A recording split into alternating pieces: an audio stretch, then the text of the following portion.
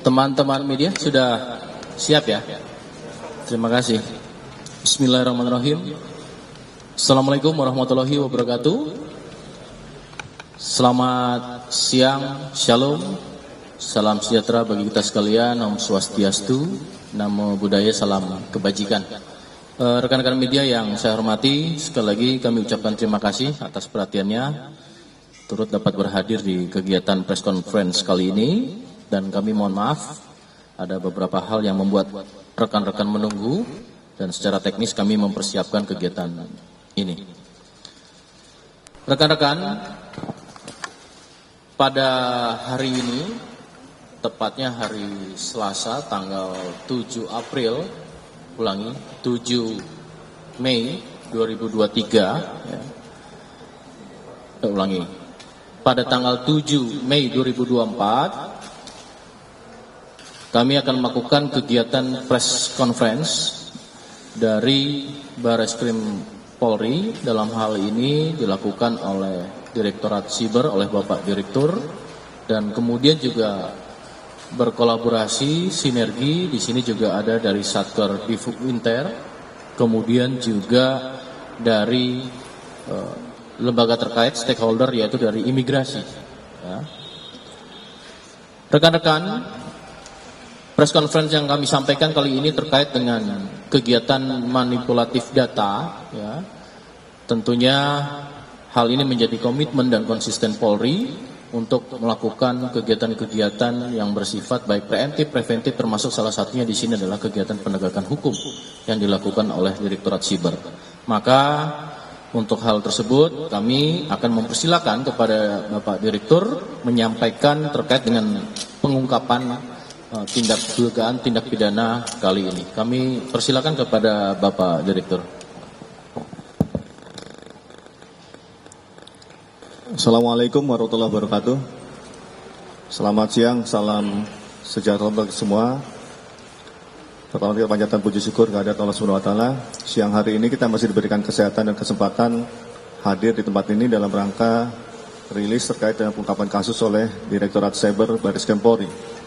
Yang saya hormati Karopenmas Dishumas Polri, Brigjen Pol Trunoyudo, Kabak Penum Divhumas Polri, Kombes Pol Erdi Mulan, Kasubag BHI, Divhubinter Polri, AKBP Januar Rencana, Ditjen Imigrasi yang diwakili oleh Subdit Penyidikan Pak Happy Reza, dan penyidik Direktorat Cyber Barreskrim Polri, Kombes Pol Roland, serta seluruh rekan-rekan media yang saya hormati dan saya banggakan. Pada kesempatan kali ini, kami dari Direktorat Tindak Pidana Cyber Barreskrim Polri akan menyampaikan pengungkapan kasus terkait dengan manipulasi data atau bisnis email compromise dengan menggunakan email palsu dan memanfaatkan informasi data komunikasi antara perusahaan internasional.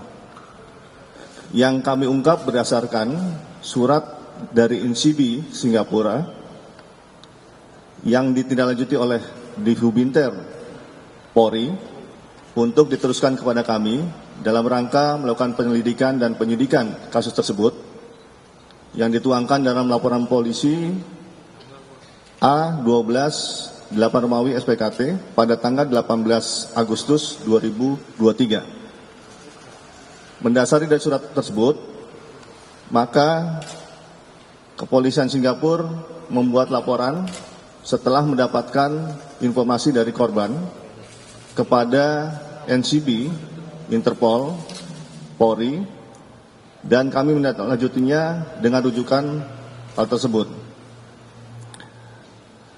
Kegiatan ini dilakukan oleh beberapa orang dengan cara email compromise scam yang melibatkan perusahaan Kingsford Hooray Development Ltd yang telah mentransfer dana kepada PT Hutons Asia Internasional, namun diinformasikan bahwa email tersebut bukan milik PT Hutons Asia. Dengan waktu dan tempat kejadian adalah pada tanggal 20 Juni 2023 di kantor Kingsford Hure Development Ltd di wilayah Singapura. Sebelumnya kami sampaikan modus operandi para pelaku adalah mengelabui korban dengan menggunakan email palsu, yaitu mengganti posisi alfabet atau menambahkan satu atau beberapa alfabet pada alamat email sehingga menyerupai aslinya. Kemudian pelaku mengirimkan rekening palsu yang telah dibuat oleh pelaku yang berada di Indonesia melalui salah satu bank di Indonesia dengan nomor rekening 018801 sekian, sehingga atas kejadian tersebut korban mengalami kerugian material sebesar 32 miliar rupiah. Kepada rekan-rekan media yang saya hormati, bahwa dalam upaya pengungkapan kasus ini, pada tanggal 25 April 2024, penyidik Direktorat Tindak Pidana Cyber berhasil menangkap 5 orang tersangka yang terdiri dari 4 orang laki-laki dan 1 orang wanita, di mana 2 diantaranya adalah warga negara asing, yaitu warga negara Nigeria, yang masing-masing tersangka memiliki peran dalam perkara ini, antara lain adalah yaitu tersangka warga negara Nigeria, kita singkat CO atau O, yang berperan memerintahkan dan menyuruh L dan E untuk mencari orang guna membuat perusahaan dengan nama PT Hutons Asia International dan menjadi direktur perusahaan serta juga membuat rekening perusahaan untuk menampung uang hasil kejahatan. Kedua, tersangka DM alias L, 38 tahun, yang juga merupakan residivis, di mana yang bersangkutan pernah menjalani hukuman di Polda Metro Jaya atas perkara bisnis email compromise, yang divonis hukuman penjara selama 1 tahun 2 bulan pada tahun 2018, dan di Barreskrim Polri atas perkara uang palsu dengan vonis hukuman penjara selama 2 tahun 5 bulan pada tahun 2020. Adapun peran yang bersangkutan yaitu merekrut YC dan I untuk melakukan pembuatan perusahaan palsu dengan nama PT Hutons Asia International atas perintah O, otak dari PT Hutons Asia International, dan membuat rekening yang digunakan untuk menampung uang hasil kejahatan. Ketiga, tersangka EJA, 37 tahun, warga negara Nigeria, berperan sama dengan saudari DM, yaitu diperintahkan oleh O, warga negara Nigeria, merekrut YC dan I untuk melakukan pembuatan perusahaan palsu dengan nama PT Hutons Asia International, dan rekening tersebut digunakan untuk menampung uang hasil kejahatan. 4. Tersangka YC, 39 tahun, berperan membuat akte pendirian PT Hutons Asia Indonesia dengan tujuan untuk membuka rekening bank yang digunakan menampung uang hasil kejahatan. Atas perbuatan tersebut, tersangka YC akan mendapatkan komisi sebesar 5% dari nilai uang yang akan masuk ke rekening palsu tersebut. Kelima, tersangka I, 49 tahun, berperan bersama-sama dengan saudara YC membuat perusahaan fiktif dengan nama PT Hutons Asia International, di mana yang bersangkutan selaku direktur pada perusahaan tersebut dan membuka rekening atas nama perusahaan, dan pembuatan tersebut akan mendapatkan fee sebesar 10% dari uang yang masuk. Pada tanggal 25 April 2024, kelima tersangka tersebut dilakukan penangkapan di wilayah hukum DKI Jakarta. Turut diamankan satu warga negara Nigeria atas nama Henry Chidum MSc, 34 tahun, yang sedang menggunakan tembakau gorila dan ditemukan padanya 5 linting tembakau gorila tersebut yang sudah dikoordinasikan dengan Direktorat Narkoba Bareskrim dan dilimpahkan kepada imigrasi karena tidak memiliki identitas.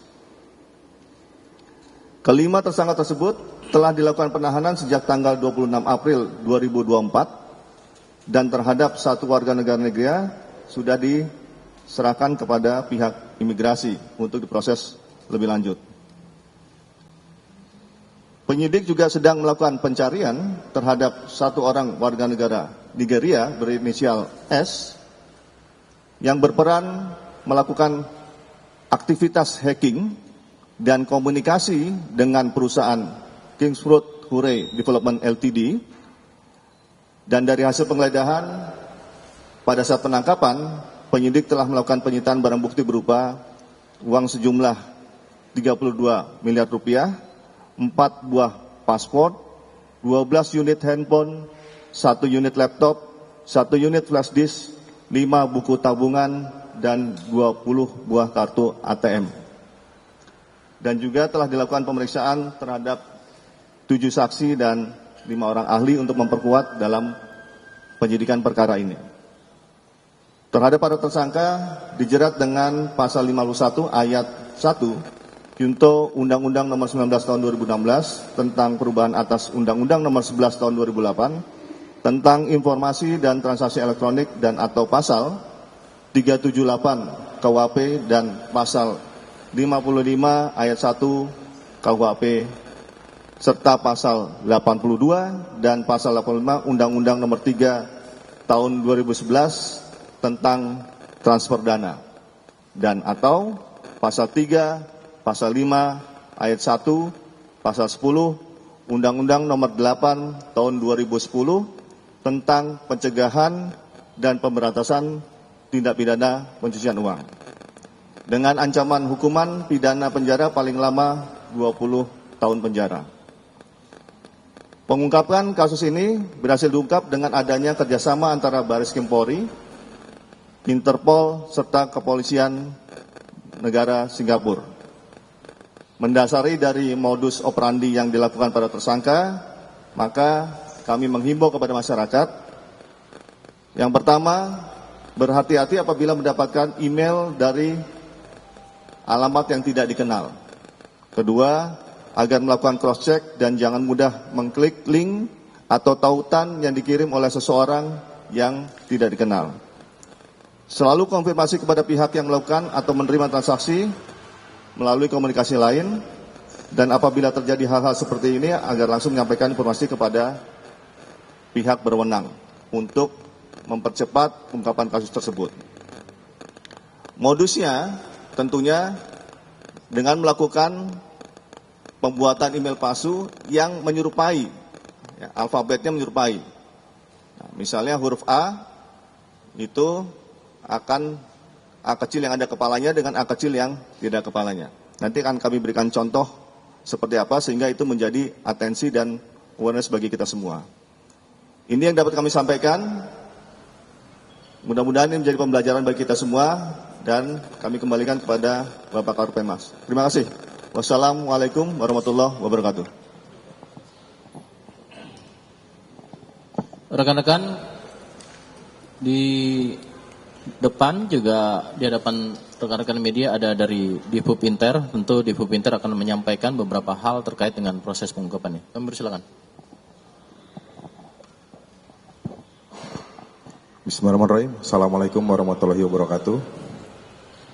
Yang terhormat Bapak Direktur, Bapak Karo, Pak Kabak, dan seluruh rekan-rekan wartawan yang hadir. Jadi pengungkapan ini berawal dari adanya permintaan penyelidikan oleh NCB Interpol Singapura kepada kami di Hubinter Polri, khususnya NCB Interpol Indonesia, untuk penyelidikan kasus di mana korbannya adalah warga negara Singapura. Kemudian atas dasar itu kami berkoordinasi dengan Barreskrim Polri, khususnya Direktorat Siber, untuk melanjutkan permohonan penyelidikan tersebut, sehingga kerjasama antara Polri dengan SPF atau Singapore Police Force dengan mekanisme police to police itu berhasil dilaksanakan, sehingga pengungkapan ini alhamdulillah bisa terungkap. Kemudian kami juga berkoordinasi atau berkomunikasi dengan atasé kepolisian Indonesia yang ada di Singapura untuk bagaimana caranya agar kami bisa memfasilitasi penyidik untuk memeriksa si korban yang berada di Singapura. Mungkin itu tambahan sedikit. Demikian. Rekan-rekan media, di sini juga ada dari imigrasi, Ditjen Imigrasi. Kami persilakan juga untuk menjelaskan. Baik, terima kasih Bapak. Bismillahirrahmanirrahim. Assalamualaikum warahmatullahi wabarakatuh.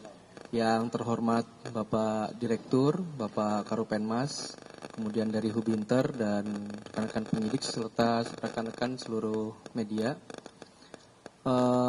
Terkait dengan pengungkapan kasus ini, memang ada salah satu dari tersangka yang kemudian ditindaklanjuti, diserahkan kepada pihak imigrasi karena diduga tidak memiliki izin keimigrasian, dan telah diserah terimakan kepada kami pada tanggal 30 April 2024 oleh penyidik dari Cyber, Pak.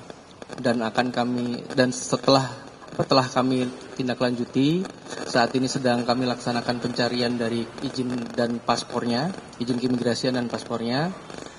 Apabila memang tidak bisa menunjukkan sampai dengan saat ini, akan kita tindak lanjuti dengan proses penyidikan yang diancam pada pasal 119 Undang-Undang 6 2012 tentang keimigrasian. Jadi mungkin itu yang kami sampaikan, dan kami selalu siap untuk mendukung proses penegakan hukum baik di kepolisian maupun di Abgakum lain. Terima kasih Bapak. Assalamualaikum warahmatullahi wabarakatuh. Terima kasih. Waalaikumsalam warahmatullahi wabarakatuh. Selanjutnya penyidik akan menambahkan, rekan-rekan. Silakan untuk disampaikan terkait dengan proses pengungkapan ini.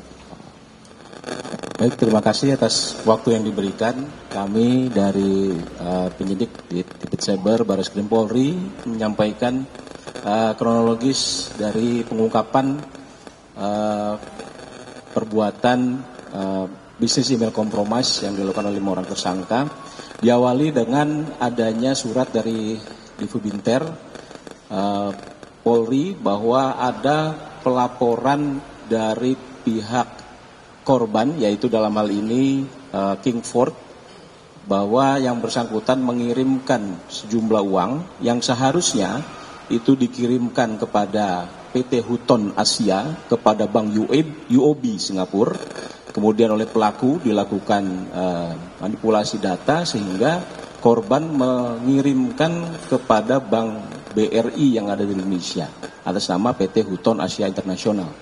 Selanjutnya atas dasar surat tersebut, pelaporan tersebut, kami tindak lanjuti dengan melakukan pemeriksaan terhadap korban yang ada di Singapura. Dalam hal ini kami melakukan kerjasama dengan Interpol, baik Hubinter Polri maupun Interpol Singapura dan Singaporean Police. Selanjutnya kami mendapat informasi terkait dengan mekanisme dan nomor rekening yang dikirimkan di Bank BRI tersebut. Selanjutnya kami lakukan pemeriksaan kepada pihak perbankan, yaitu dalam hal ini Bank BRI. Setelah kami lakukan pemeriksaan, kami ketahui bahwa terhadap rekening tersebut kami dapatkan identitas pemilikan rekening, dan yang bersangkutan juga di situ sebagai salah satu direktur daripada perusahaan yang dibuat untuk membuka rekening di Bank BRI tersebut. Dari informasi tersebut kita dapatkan lokasi yang bersangkutan dan kita lakukan pemeriksaan. kita dapatkan tersangka dengan inisial I. Selanjutnya kami lakukan pemeriksaan dan kami dapatkan informasi bahwa yang bersangkutan tersebut mendapatkan perintah dari seseorang yang berinisial Y. Nah, kami lakukan pengembangan dalam waktu 1 hari pada tanggal 25 April 2024. Selanjutnya kami lakukan penangkapan terhadap pelaku dengan inisial Y di daerah salah satu pusat perbelanjaan. Kemudian juga kami melakukan pengembangan, di situ kami dapatkan juga kembali tersangka yang juga merupakan residivis dengan inisial L, itu di daerah Cikini, dan juga kami kembangkan kembali kepada yang merupakan pasangan daripada L, yaitu tersangka E, yang juga merupakan warga negara asing, yaitu warga negara Nigeria, di daerah Menteng, dan kami kembangkan kembali terus sampai dengan kepada tersangka dengan inisial CO di daerah Gunung Sahari. Dari proses pengembangan pemeriksaan yang kami lakukan, selanjutnya kami dapatkan fakta bahwa perbuatan dari kelima tersangka tersebut itu dikontrol oleh seseorang yang berinisial S, yang saat ini berada di luar wilayah Indonesia dan merupakan warga negara asing. Nah, kami dari penyidik Cyber Barreskrim Polri sudah melakukan koordinasi dan kerjasama dengan Interpol untuk melakukan pencarian dan pengembangan, dan juga sudah mengirimkan red notice untuk disebarkan dalam rangka mencari pelaku tersebut. Dan juga kami juga berkoordinasi dengan kedutaan Nigeria terkait dengan memberikan informasi bahwa ada warga negaranya yang sudah kami amankan. Demikian kronologis penangkapan atau pengungkapan perbuatan atas 5 tersangka yang saat ini sudah kami tahan. Terima kasih.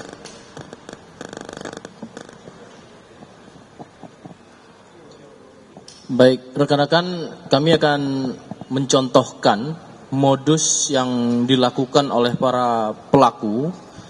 Dalam hal ini manipulasi datanya menyerupai sebagaimana asli dari proses pengungkapan ini. Ya, sebagai contoh, ini ada salah satu produk emailnya dari salah satu nama ya.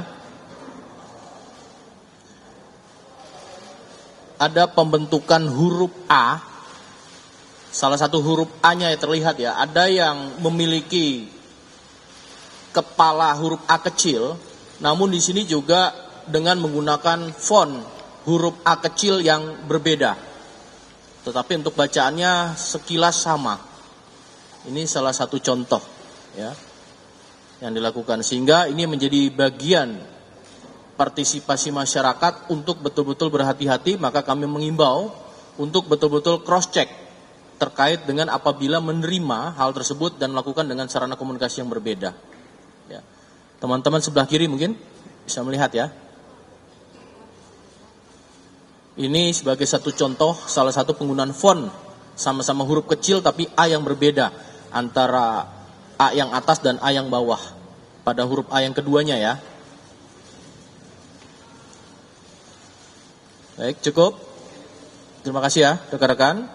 Baik rekan-rekan, ini merupakan proses daripada pengungkapan. Tadi kami sampaikan Barreskrim Polri merupakan suatu tindakan yang komitmen dan konsisten terhadap setiap pengungkapan kasus-kasus yang terkait dengan proses penegakan hukum. Silakan mungkin teman-teman media ada hal yang mau ditanyakan, kami persilakan untuk dibagikan mic-nya dan memperkenalkan diri, nama serta medianya. Silakan dari sebelah kanan dulu. Ada mic-nya.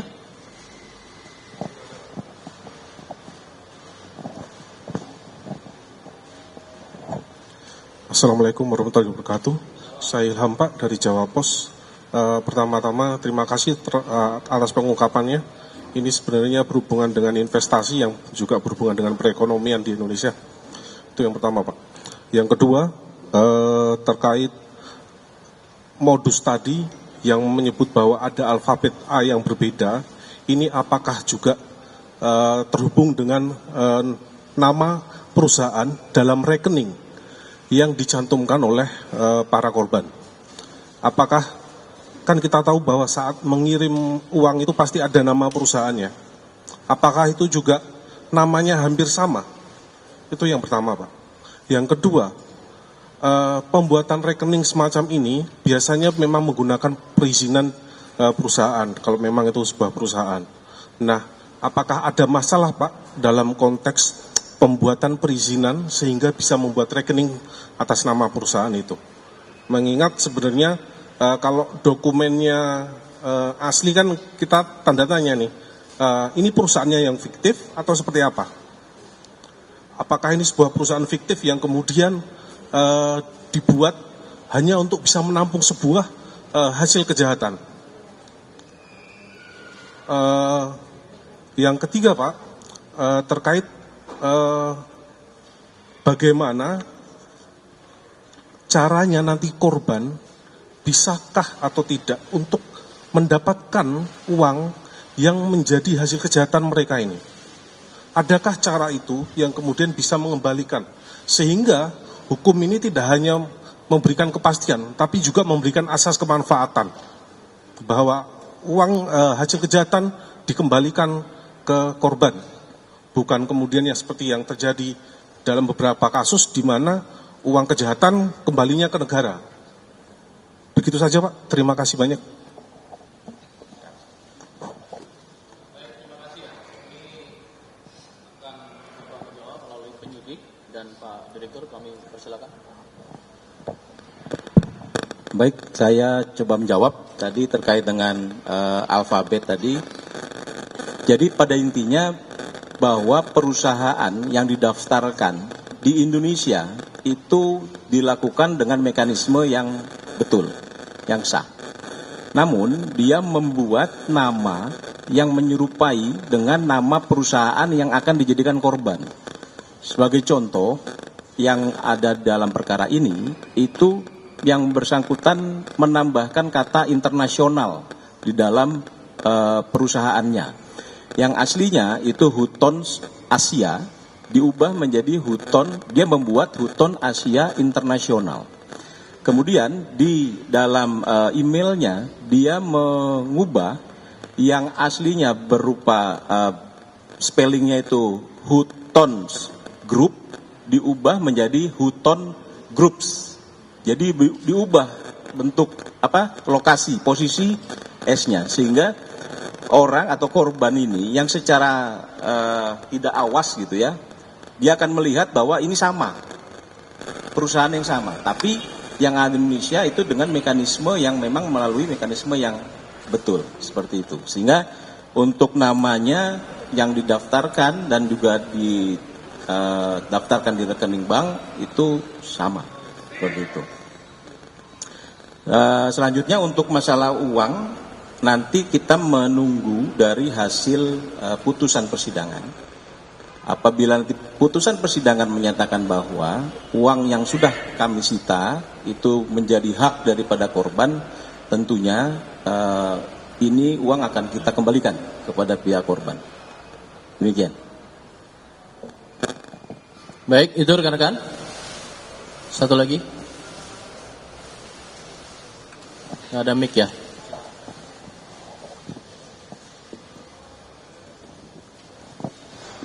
Izin Jenderal, saya Bahtiar dari Merdeka.com ingin bertanya terkait dengan modus apa yang dilakukan oleh para tersangka ini hingga akhirnya modus apa yang dilakukan para tersangka ini hingga akhirnya korban ini ingin gitu mentransferkan uangnya. Apa kalimat apa? Apakah memang mungkin mereka ini diwajibkan membayar denda atau iuran bunga bank atau apa gitu yang dipakai oleh tersangka ini hingga akhirnya para korban ini mentransferkan uang gitu loh. Itu yang pertama. Dan yang kedua, bagaimana dari para tersangka ini menentukan target, misalkan dia ingin mengcopy email dari perusahaan ini. Nah itu bagaimana dari cara mereka ini menentukan targetnya itu seperti apa? Terima kasih.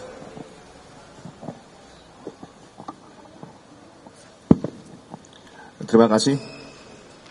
Jadi yang pertama, bagaimana uang itu bisa ditransfer ke rekening yang dibuat oleh pelaku gitu ya. Ya, meyakinkan. Jadi ini adalah modus operandinya bisnis email compromise. Ini terkait dengan komunikasi bisnis antara perusahaan dengan perusahaan, di mana ini dilakukan dalam rangka pembayaran dan pembelian barang, sehingga ini sudah terjadi komunikasi lama dengan email yang sudah biasa. Tetapi karena ini emailnya dikompromis, kemudian dikelabui, dimanipulasi dengan alamat email yang baru, yang menyerupai daripada alamat email yang sudah biasa. Dengan berita tentunya di situ, seolah-olah ada pergantian nomor rekening untuk dilakukan pembayaran ditransfer ke rekening yang baru. Nah, dengan nama rekeningnya adalah sesuai dengan PT yang disebutkan oleh penyidik tadi. Hanya dibedakan Asia dan internasional. Nah, itu modusnya. Dengan tidak awareness-nya korban yang menganggap bahwa alamat emailnya sama, hanya dirubah beberapa alfabet saja, yang sekilas kalau dibaca itu juga sama. Tadi hanya beda alfabetnya S saja, ya. Misalnya S-nya ada di tengah, kemudian dirubah di belakang. Nah, ini juga menjadi ketidakhati-hatian sehingga percaya bahwa itu seperti dengan alamat email yang sebelumnya. Nah, itu, ya. Nah, kemudian saya sampaikan bahwa di dalam kejahatan cyber itu selalu bicara dua. Ya, satu bicara kelalaian, dua bicara kelihaian. Apa itu kelalaian? Kelalaian adalah pemilik data ataupun korban biasanya itu lengah dengan hal seperti ini. Ini contohnya seperti ini. Maka kelalaian itu juga menyebabkan terjadinya suatu kejahatan cyber. Karena kelalaian kita sendiri, kita yang tidak awareness. Kedua, itu terkait dengan kelihaian pelaku kejahatan. Pelaku kejahatan melakukan aktivitas hacking untuk masuk kepada komunikasi email yang dikompromis oleh pelaku, yang menyebabkan komunikasi itu terputus dari yang sebelumnya, sehingga dibelokkan. Nah, setelah diambil alih, dikompromis, kemudian dikomunikasi. Nah, itu caranya. Ini adalah kelihaian daripada pelaku. Nah, dua hal ini menjadi alasan kenapa terjadinya kejahatan cyber. Nah, ini beberapa hal yang menjadi contoh. Jadi, kita sebagai pemilik data, kita sebagai pemilik email, itu juga harus hati-hati. Tidak sembarangan, ya, hanya membaca sekilas, tapi harus cross check apakah ini benar. Kalau perlu dilakukan komunikasi by phone ataupun secara verbal untuk memastikan bahwa alamat email ini berubah atau tidak, gitu ya. Rekeningnya berubah atau tidak, namanya berubah atau tidak. Kalau ada kecurigaan segera dikomunikasikan. Jadi tidak hanya percaya kepada alamat email yang biasanya itu secara rutin dilakukan komunikasi untuk jual beli atau proses pembayaran dan pembelian. Demikian, terima kasih.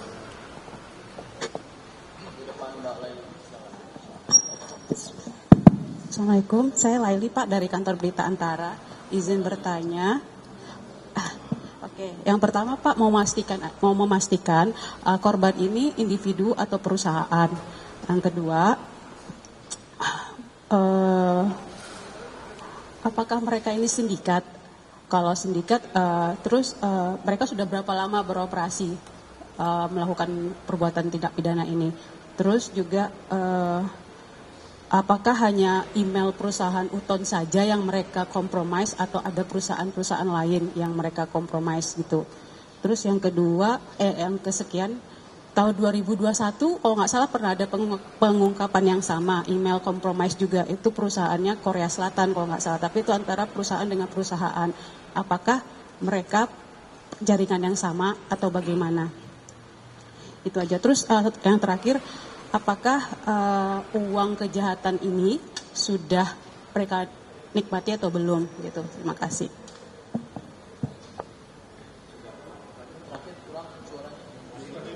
Uangnya sudah sampai? Uangnya sudah, apakah sudah dimanfaatkan atau? Iya itu Pak. Terima kasih. Jadi ini merupakan kejahatan sindikat karena modusnya adalah warga negara Nigeria ini memanfaatkan warga negara Indonesia yang ada di sini untuk membuat perusahaan palsu. Kemudian setelah membuat perusahaan yang menyerupai, ya perusahaannya asli tapi menyerupai, kemudian membuat rekeningnya. Karena yang bisa membuat itu adalah WNI. Komisaris direkturnya orang Indonesia yang membuat itu, yang dimanfaatkan untuk membuat rekening. Biasanya modusnya mereka adalah memacari. Nah ini kalau ini ada wanitanya berarti dipacari atau dinikahi. Kemudian diperintahkan atau dibujuk untuk membuat ya rekening dan perusahaan. Jadi ini sindikat, ya individu-individu yang merupakan sindikat. Kemudian yang berikutnya adalah terkait dengan perusahaan lain. Kami akan dalami apakah nanti ada korban-korban lain dari hasil pemeriksaan ini, nanti kami perdalam, memungkinkan ada korban yang lain. Nah, untuk hasil yang didapat, ini beberapa tersangka Y dan I itu sudah pernah menikmati hasilnya, ya.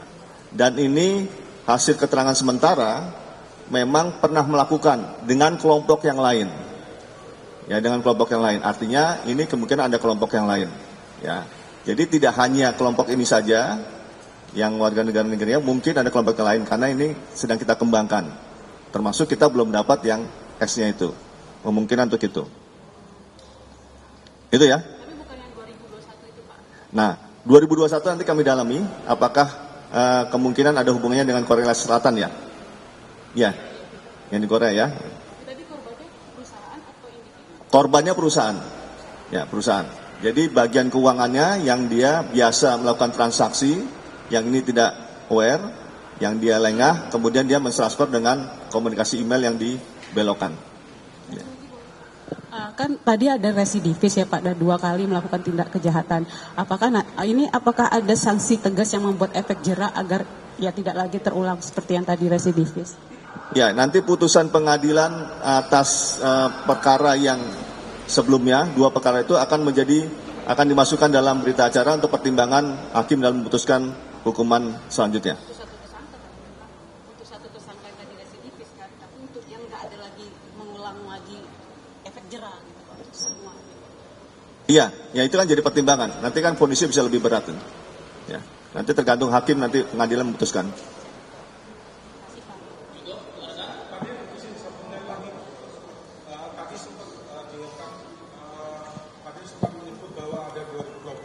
Yang sama. Lalu kemudian ada residivis juga.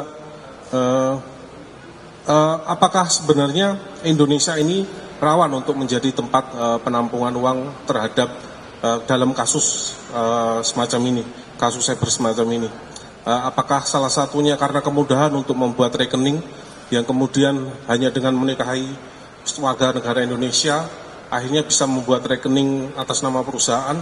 Dan mungkin adakah usulan tertentu agar kemudian celah ini bisa diatasi sehingga mencegah terjadinya kejahatan semacam ini? Terima kasih.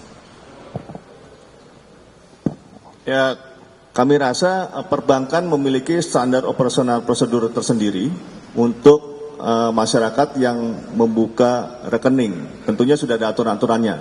Kalau itu memang rekeningnya bisa diberikan, berarti itu sudah sesuai dengan standar perbankan yang ditentukan, gitu.